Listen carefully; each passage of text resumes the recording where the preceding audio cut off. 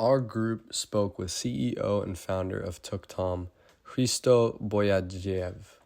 He is a Bulgarian native who studied at American University in the United States.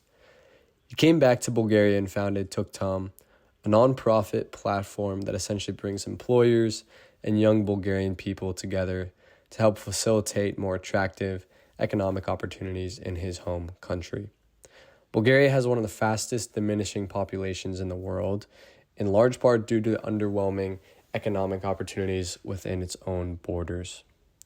After speaking with him regarding his mission and time in Bulgaria, he informed us of a famous folklore that is told to all Bulgarian children, the Three Brothers and the Golden Apple.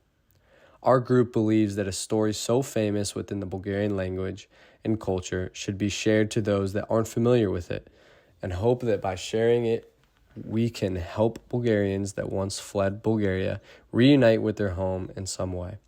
With that being said, enjoy a shortened reading of The Three Brothers and the Golden Apple.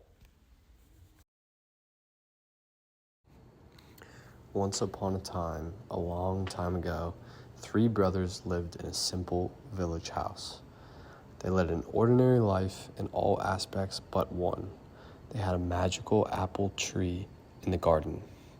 One golden apple ripened on it every year, and every year a dragon came and stole it. One year, the eldest brother decided to try to save the apple. He took his sword, laid down under the tree, and waited for the dragon. Unfortunately, he fell asleep. The dragon came, took the apple, and disappeared. Next year, the second brother decided to protect the apple. The same happened to him. Finally, it was the youngest brother's turn to stay by the tree. As he was the cleverest among the three, he cut his little finger and put salt in the wound. The pain wouldn't let him fall asleep, and he managed to see and stab the dragon. But it didn't die, it just ran away. He came back to his home and asked his brothers to help him find and kill the dragon. They came across a big hole in the ground, large enough for a monster to go through it. The oldest one tried to go down by using a rope first, but was too scared and couldn't even reach halfway down. The same happened to the second brother. Finally, it was the youngest's turn. He succeeded and found a small house.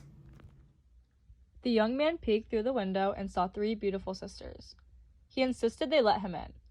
The elder two ignored him, but the youngest one did as she was told reluctantly. Without wasting any time, the youngest brother found the room in which the hollow rested. Blood pooled from the monster's muzzle onto the floor, and it was easy to finish the job before it got its bearing. He then let the three sisters out of the house and led them to the rope, still hanging in expectation of his return. The young man let them go first, but after the third girl had gone up the rope, it never dropped back down. The ground opened beneath his feet, and he was sent to a kingdom suffering from drought. An old woman, kneading bread with her own spit, stood beside him and explained the situation they were in. The king's daughter had to be sacrificed to a monster so that the people would get water. This made the young man angry, so he found and followed the girl, killing the hideous creature. In order to express his gratitude, the king showed him how to get back to his home. He had to ride an enormous eagle and feed it along the way.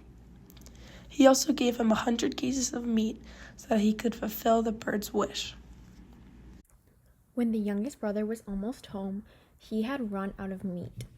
He could not feel this close to home, so clenching his teeth, he took out a knife and cut off a little flesh from his arm. He repeated this a few more times. He finally returned home, where the youngest sister had been waiting for him. In the end, they married.